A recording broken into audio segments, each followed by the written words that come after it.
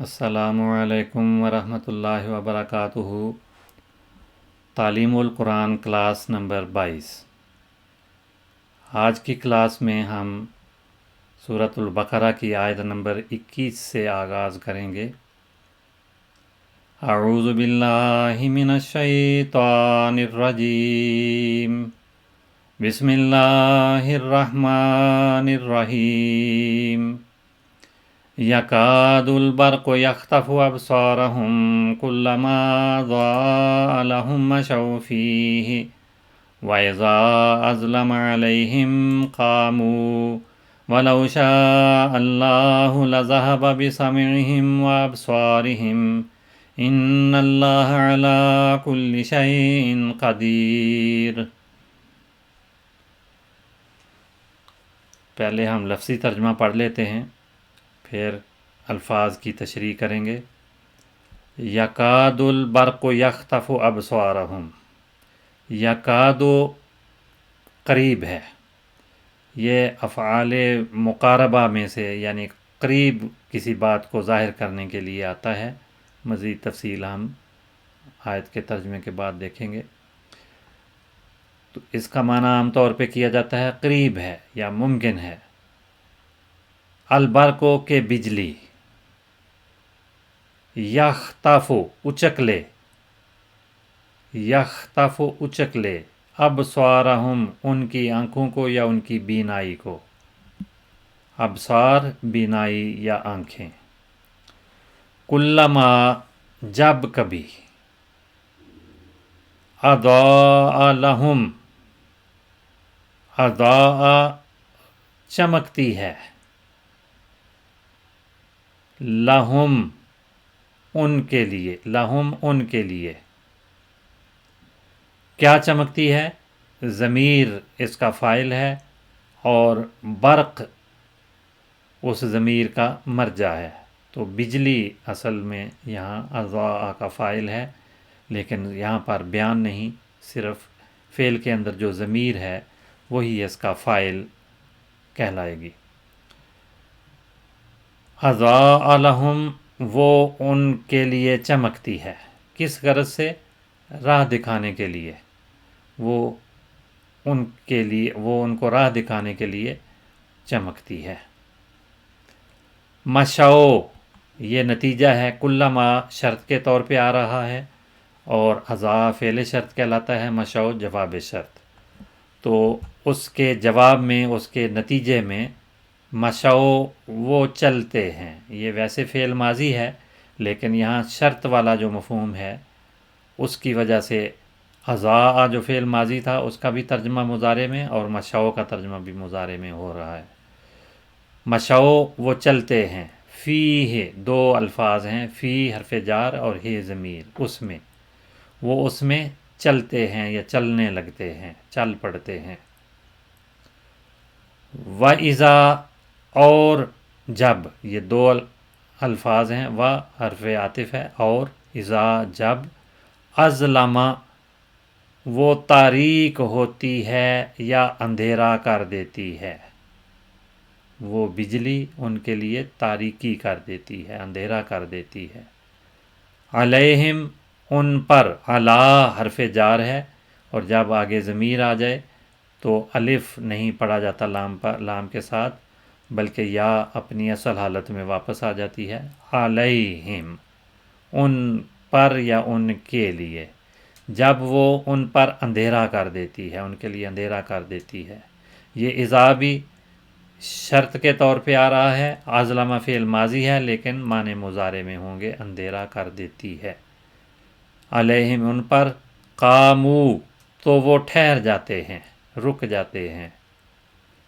وَلَوْ شَاءَ اللَّهُ و اور حرف عاطف، لو شرط کے معنی ہے، اگر شرط کے لیے ہے حرف، اگر، شاء ماضی ہے، چاہا، لیکن لو کی وجہ سے مضارع میں ترجمہ ہوگا، شاء چاہے، اللہ اللہ اگر اللہ چاہے، ذہب یہ جواب آ رہا ہے لو کا، فعل شرط تھا شاء اللہ ہو، اب جواب ہے لذہب بسمعہم وابصارہم۔ تو جواب کے ساتھ بالعموم لام بھی آ جاتا ہے، یہ حرف ہے اور تاکید کے معنی دیتا ہے۔ لذہب تو ضرور وہ لے جائے، بے کے ساتھ مل کر ذہب بے، اس سے دو کلاسیں قبل ہم اس کی بحث پڑھ چکے ہیں۔ ذہبہ وہ گیا اور ذہبہ بے وہ کسی چیز کے ساتھ گیا یا اس چیز کو لے گیا، تو یہ متعدی بنانے کے لیے بے آ جاتا ہے اس کے ساتھ۔ اذہبہ بھی انہی معنوں میں آتا ہے، تو یہاں پر ذہبہ کے ساتھ بے صلہ آیا ہے جو اس کو متعدی بناتا ہے، اور اس کے بعد جو اسم آتا ہے وہ ذہبہ کا مفعول گویا بن جاتا ہے۔ تو کس چیز کو اللہ تعالیٰ لے گیا یا لے جائے؟ سمعہم، ان کی سنوائی کو۔ سمع ان کانوں کو بھی کہتے ہیں اور سنوائی کو بھی کہتے ہیں، ہم ان کی، اور اگر اللہ چاہے تو ان کی سنوائی بھی لے جائے، وَأَبْصَارِهِمْ، اور ان کی بینائی بھی۔ ابصار بصر کی جمع ہے، اور اس کے معنی بینائی کے بھی ہیں اور آنکھوں کے بھی ہیں۔ وَأَبْصَارِهِمْ، اور ان کی آنکھوں کو لے جائے یا ان کی بینائی کو لے جائے، اگر اللہ چاہے تو ان کے کانوں کو بھی یا ان کی آنکھوں کو بھی لے جائے، یا ترجمہ یوں ہوگا اور اگر اللہ چاہے تو ان کی سنوائی کو بھی لے جائے اور ان کی بینائی کو بھی، دیکھنے کی جو قوت ہے اس کو بھی۔ ان اللہ علی کل شیء قدیر، ان یقیناً، یہ حرف مشبہ بالفعل کہلاتا ہے اور ایک جملے پر داخل ہوتا ہے، جملہ اسمیہ پر، اور جو اسم اس کے بعد آتا ہے یعنی مبتدا ہے وہ انا کا اسم کہلاتا ہے، اور اس کے بعد جو ایک لفظ اسم آ جائے تو وہ خبر ہوتی ہے، یا کوئی مرکب آ جائے تو وہ بھی خبر بنتی ہے۔ تو یہاں پر علی کل شیء قدیر، یہ انا کی خبر ہے پورا ایک مرکب، بلکہ ضمنی طور پر اس میں اور بھی مرکبات ہیں۔ بہرحال ان اللہ، یقیناً اللہ، علی کل شیء، ہر ایک چیز پر، قدیر، قدرت والا ہے، پوری قدرت رکھنے والا ہے، دائمی قدرت رکھنے والا ہے۔ قدیر کی بحث میں ہم دیکھیں گے کہ کیا کیا معنی آتے ہیں۔ یہاں پر یہ اسم مبالغہ کہلاتا ہے، اور اس میں دوام یا لمبا عرصہ ایک کام کرنے کا مفہوم پایا جاتا ہے اس وزن میں، تو دائمی قدرت رکھنے والا ہے یا دائمی قدرت رکھتا ہے۔ یقیناً اللہ ہر چیز پر جسے وہ چاہے دائمی قدرت رکھتا ہے۔ شیئن کی وضاحت میں ہم جائیں گے، اس کا ترجمہ چیز بھی کیا جاتا ہے اور چاہی ہوئی چیز بھی اس کا ترجمہ ہے، تو چیز جسے وہ چاہے، یہ ترجمہ اس کا مکمل اصل میں ترجمہ بنتا ہے۔ تو یہ آیت کا ترجمہ ہم نے مکمل کیا۔ اب جو اس کے چند الفاظ ہیں جو ہم نے پہلے نہیں پڑھے، ان کو ہم سیکھنے کی کوشش کرتے ہیں کہ لغوی طور پر اور گرامر کے لحاظ سے ان کی کیا صورت بنتی ہے اور کیا معنی ہیں۔ اس میں یکادو آغاز میں آیا ہے، اور اس کا فعل ماضی کادا اور فعل مضارع یکادو آتا ہے۔ اس کا مادہ کاف و دال اور مصدر بھی کودن یا کودن، اس کا مصدر آتا ہے، اور اس کے معنی کسی کام کے کرنے کے قریب ہونا، یہ اس کا مفہوم ہے۔ اسی طرح کوئی سخت اور دشوار کام کسی کے سامنے آ جانا، کسی کے لیے کوئی کام سخت اور دشوار ہو جانا، اس کے لیے بھی کادا کا لفظ آتا ہے۔ اور جب کہیں کادا فلانن، تو یہ اس کے معنی ہوتے ہیں اس نے فلاں کے خلاف تدبیر کی، اس کو دھوکہ دینا چاہا، چال چلی، مکر کیا، تو کادا یا کادو کے یہ معنی بھی ہیں۔ اور کسی کے لیے برائی کا ارادہ کرنا، اس کے لیے بھی کادا کا لفظ آتا ہے، یہ دھوکہ یا چال بازی والے معنوں کے قریب قریب ہے۔ کادا فعل ماضی ناقص کے طور پہ استعمال ہوتا ہے. یہ پہلے جو معنی ہم نے کیے ہیں وہ یہ تام فعل تام کے طور پہ ہم نے کیے ہیں، لیکن یہ کسی اور فعل کے ساتھ مل کر معنی پیدا کرتا ہے. اس صورت میں اس کے اکیلے کے معنی نہیں ہوتے، بلکہ جو اس کے بعد فعل آتا ہے اس کے ساتھ مل کر ایک معنی پیدا کرتا ہے. تو اس صورت میں یہ فعل ناقص ہے اور ماضی کا صیغہ ہے. اور جب یہ فعل ناقص کے طور پہ آتا ہے تو پھر اس کے بعد آنے والے اسم کو اس کا فاعل نہیں کہا جاتا، بلکہ وہ اس کا اسم کہلاتا ہے اور اس پہ رفع آتی ہے. جیسے یکاد البرق یکادو کا اسم آیا ہے، یہاں فعل ناقص کے طور پہ یہ استعمال ہوا ہے.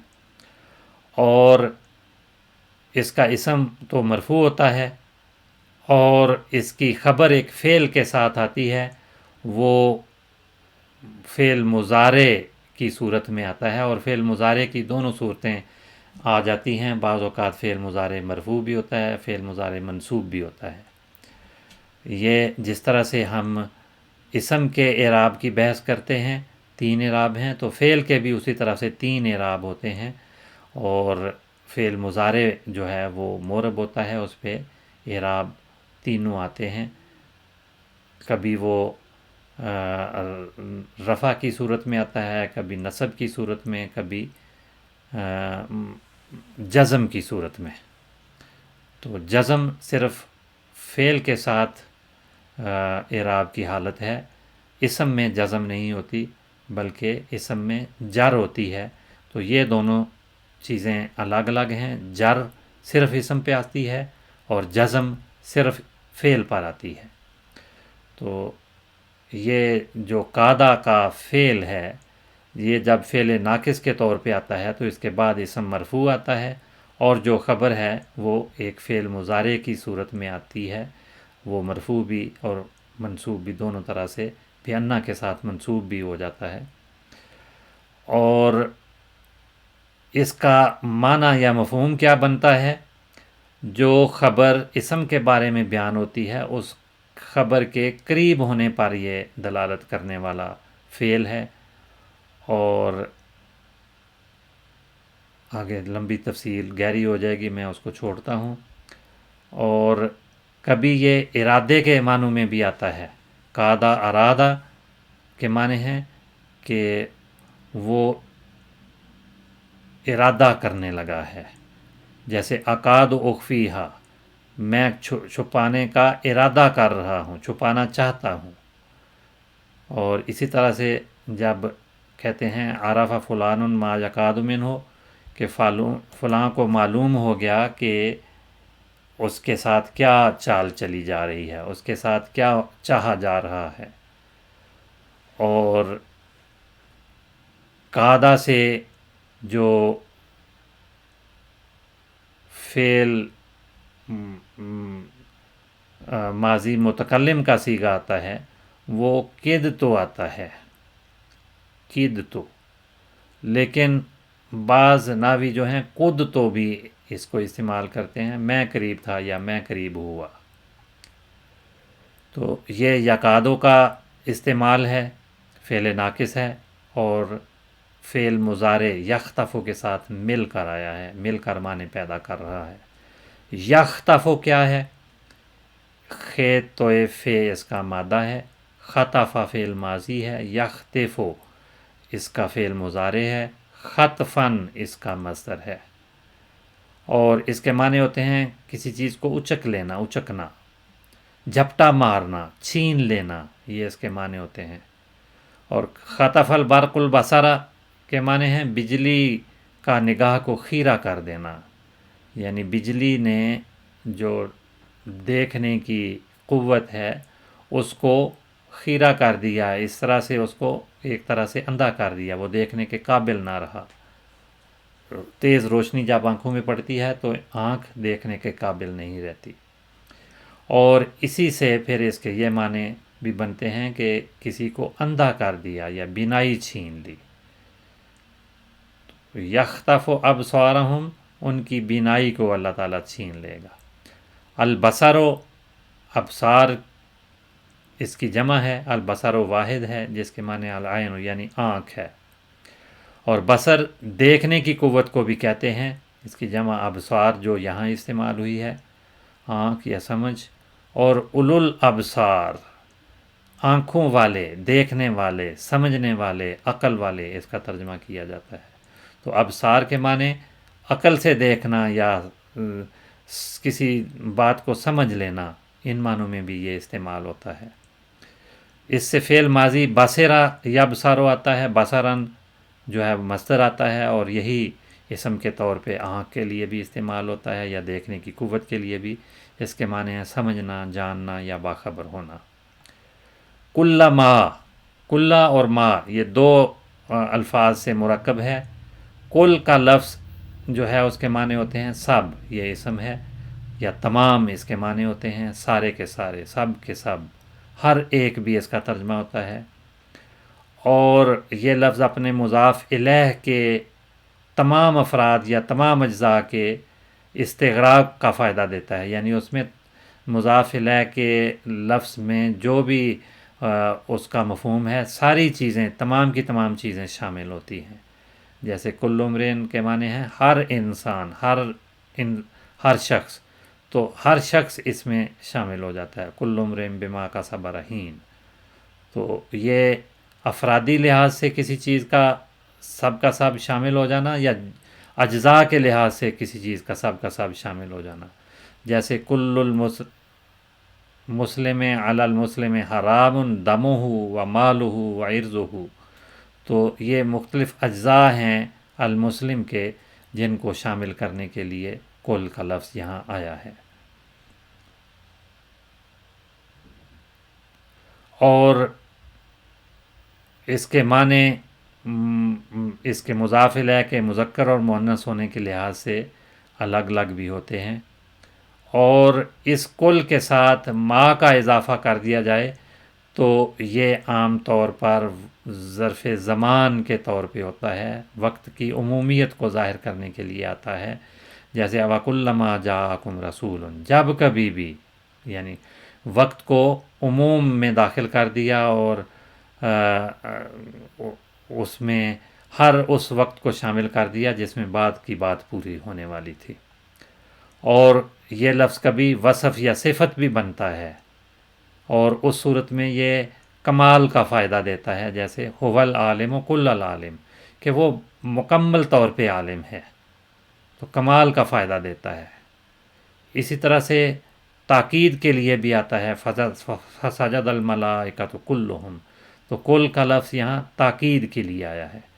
تو یہاں پر کلما کے معنی ہیں جب کبھی، وقت کے لیے یہ شرط کے طور پہ یہاں استعمال ہو رہا ہے. کلما اضاء لهم مشوا فیہ، اضاء اس نے روشنی کی، روشن کر دیا. یہ اظلمہ کے بالمقابل پہ آتا ہے.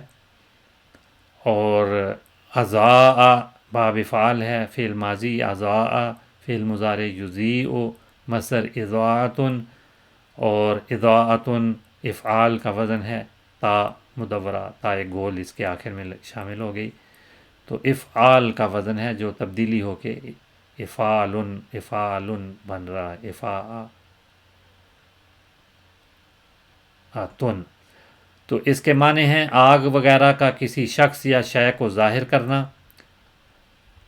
اس سے مجرد کا صیغہ فعل ماضی ضاء بنتا ہے، ضاد واو حمزہ اس کا مادہ ہے. ضاء الشیء، کوئی چیز روشن ہو گئی. ضوءاً اس کا مصدر ہے، اور ضیاءً بھی اس کا مصدر ہے، اور اسم کے طور پہ بھی ضوء اور ضیاء دونوں استعمال ہوتے ہیں روشنی کے لیے. تو جب فعل کے طور پہ آئے یا مصدر کے طور پہ تو اس کے معنی روشن ہونا، چاند وغیرہ کا چمکنا. اور الضوء روشنی کو یا روشنی کے پھیلنے کو کہا جاتا ہے. تو کلما اضاء لهم مشوا فیہ، لہم ان کے لیے وہ جب روشنی کرتی ہے، ظاہر کر دیتی ہے کسی چیز کو، مشاؤ فی ہے تو وہ اس میں چل پڑتے ہیں. مشاؤ فعل ماضی ہے اور اس کا تیسرا صیغہ جمع مذکر غائب کے لیے مشاؤ وہ چل پڑتے ہیں. فعل ماضی مشا، فعل مضارع یمشی، مشین اس کا مصدر ہے چلنا، اور بعض اوقات اکڑتے ہوئے چلنا بھی اس کا ترجمہ کیا جاتا ہے. ازاء کے بالمقابل ازلم آتا ہے تاریکی کرنا، تاریک کر دینا. تو ازلم فعل ماضی ہے باب افعال، اور اس سے مجرد کا صیغہ ظالمہ یظلم آتا ہے، ظالمہ نے اس کا مصدر آتا ہے. ظالمن اس سے اسم فاعل یا فاعل کے معنی دینے والا اسم آتا ہے، اور اس کے معنی رات کا تاریک ہو جانا یا سیاہ ہو جانا، تاریکی والا ہونا. اسی سے الظلام یا الظلمہ تو بھی آتے ہیں، تاریکی کے معنی جن کے ہوتے ہیں. پہلے بھی ہم اس کی تفصیل پڑھ چکے ہیں، آج اس کی دہرائی ہم نے کر لی ہے. قامو یہ جواب آ رہا ہے تو وہ کھڑے ہو جاتے ہیں. قامہ فعل ماضی ہے تیسرا صیغہ جمع مذکر غائب کا صیغہ.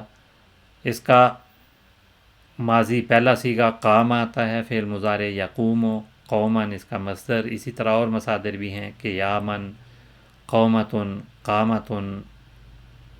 اور قومہ کے معنی ہوتے ہیں کھڑا ہونا یا رک جانا. تو قیام کا لفظ بھی اسی سے ہے، تو وہ رک جاتے ہیں، کھڑے ہو جاتے ہیں. یہ جواب آ رہا ہے. شاء اس نے چاہا، یہ فعل ماضی ہے.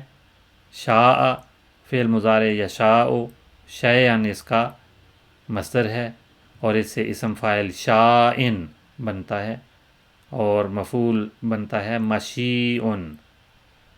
اس کے معنی شاء یا شاء شیئن کے معنی ہیں ارادہ کرنا یا چاہنا یا تمنا کرنا، کوئی بات مقدر کر دینا. اللہ تعالیٰ کے لیے بالعموم لفظ بولا جاتا ہے ما شاء اللہ ہو، کہ جو اللہ چاہے. تو اور یہ تعجب کے موقع پہ یہ بات کرتے ہیں، ایسی بات کہتے ہیں کہ یہ بات بہت خوب ہے اور اللہ کے ارادہ اور تقدیر سے یہ بات ہے، تو اس کے لیے ما شاء اللہ ہو کہتے ہیں. شعین بھی اسی سے ہے. مشیتن کے معنوں میں الشیء بھی آتا ہے چاہی ہوئی چیز، اور ارادہ یا تمنا یا چاہی ہوئی چیز کے لیے شیء کا لفظ بولا جاتا ہے. تو واللہ علی کل شیء قدیر قدرت والا ہے، قدرت طاقت رکھنے والا ہے. یہ فعیل کا وزن ہے، مبالغے کا صیغہ عام طور پہ کہا جاتا ہے. اسم فاعل کے معنی دیتا ہے اور اس کے معنی بنیں گے مکمل قدرت والا یا صاحب قدرت، ہر کام کو ایسے انداز سے کرنے والا کہ وہ بالکل درست ہو. اس سے فعل ماضی قادارہ اور فعل مضارع یقدرو اور یقدرو دونوں طرح سے آتا ہے. مصدر اس کا قدرن اور قدرن دونوں طرح سے آتا ہے. اس کے معنی کئی معنی ہیں، بہت سارے معنی میں یہ لفظ استعمال ہوتا ہے. اندازہ لگانا ایک معنی ہے، مقدار مقرر کرنا بھی اس کے معنی ہیں، کسی کام کو یا کسی چیز کو کوئی حیثیت دینا، قدر کرنا بھی اس کے معنی ہیں، اور کسی بات کا تخمینہ لگانا، اندازہ کرنا یہ بھی اس کے معنی ہیں. حساب لگانا بھی معنی بنتے ہیں، قیمت لگانا بھی اس کے معنی ہیں، کوئی درجہ یا مقام کسی کو دینا. اور بعض اوقات ایک چیز کو دوسری چیز پر قیاس کرنے کے معنوں میں بھی آتا ہے، اور دوسری شے کے ذریعے کسی شے کی مقدار معین کرنا، اس کے لیے بھی یہ فعل استعمال ہوتا ہے. اور اللہ تعالیٰ کے لیے جب عام طور پہ آتا ہے تو پھر مقدر کرنا یا کسی بات کا فیصلہ کر دینا بھی اس کے معنی آتے ہیں. تو اس طرح سے یہ مختلف معنی میں استعمال ہوتا ہے. تو آج ترجمے کا حصہ ہم اسی پہ مکمل کرتے ہیں. اب ہم کچھ گرامر کی باتیں پڑھیں گے.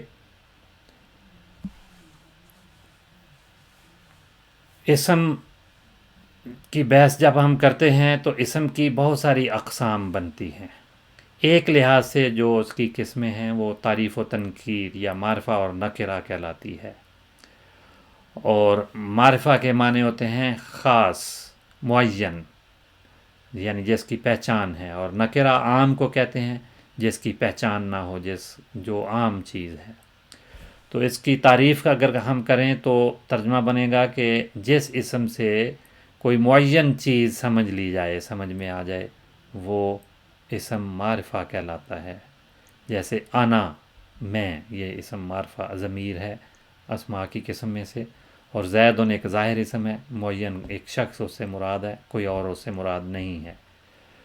اور جس اسم سے معین چیز نہ مراد ہو، کوئی معین چیز نہ سمجھی جا سکے، اسے نکرہ کہتے ہیں۔ جیسے نافذۃن کھڑکی، حجرن پتھر، تو کوئی بھی کھڑکی ہو سکتی ہے، معین نہیں ہے۔ تو اس کی علامت عام طور پہ کسی جس پہ تنوین آتی ہے وہ بالعموم نکرہ ہوتا ہے، اور جب ضمیریں تمام کی تمام معرفہ میں آتی ہیں، ظاہر اسم کسی کا کوئی معین ہو جاتا ہے تو وہ بھی تمام کے تمام معرفہ میں آتے ہیں۔ تو معرفہ کی جب ہم مزید قسمیں دیکھتے ہیں تو اسم معرفہ کی بالعموم 7 قسمیں بنتی ہیں۔ ان میں سے ایک قسم اسم ضمیر ہے۔ تمام ضمائر جو ہیں وہ اسماء معرفہ ہیں۔ تو ضمیر وہ اسم جو متکلم، مخاطب یا غائب پر دلالت کرتا ہے وہ اسم ضمیر کہلاتا ہے۔ جیسے آنا، میں، انتا، تو، ہوا، وہ۔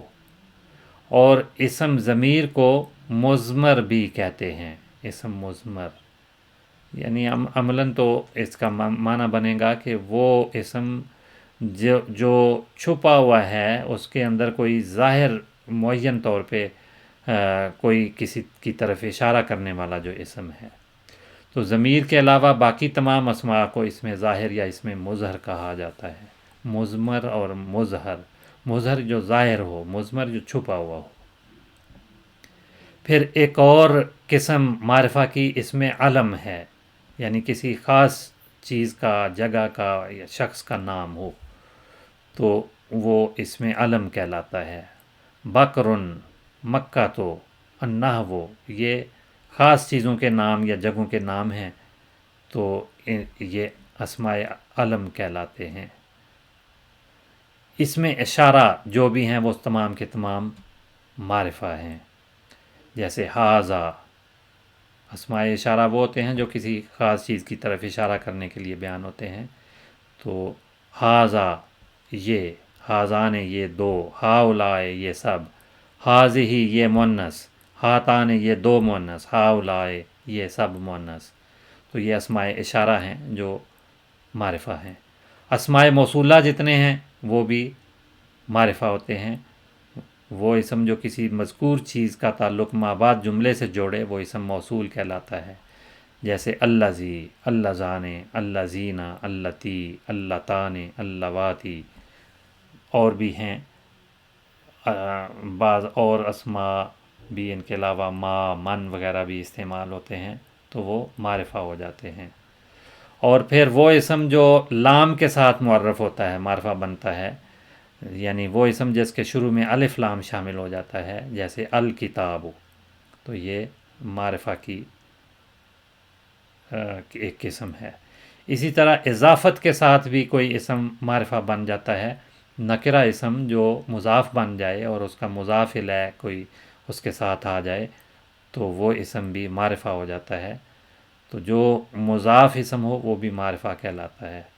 اور ندا کے ساتھ بھی کوئی اسم معرف بن جاتا ہے، معرفہ ہو جاتا ہے، یعنی وہ اسم جس کے شروع میں کوئی حرف ندا آ جائے۔ جیسے یا رجلو، یہ رجل عام ہے، رجلن نکرہ ہے، لیکن یا نے اس کو معرفہ بنا دیا۔ اور جتنے بھی اسماء معرفہ ہیں وہ اگر نکال دیے جائیں تو باقی تمام کے تمام اسماء نکرہ ہوتے ہیں۔ ان کی عام علامتوں میں سے اس کے آخر میں تنوین کا آنا ہے۔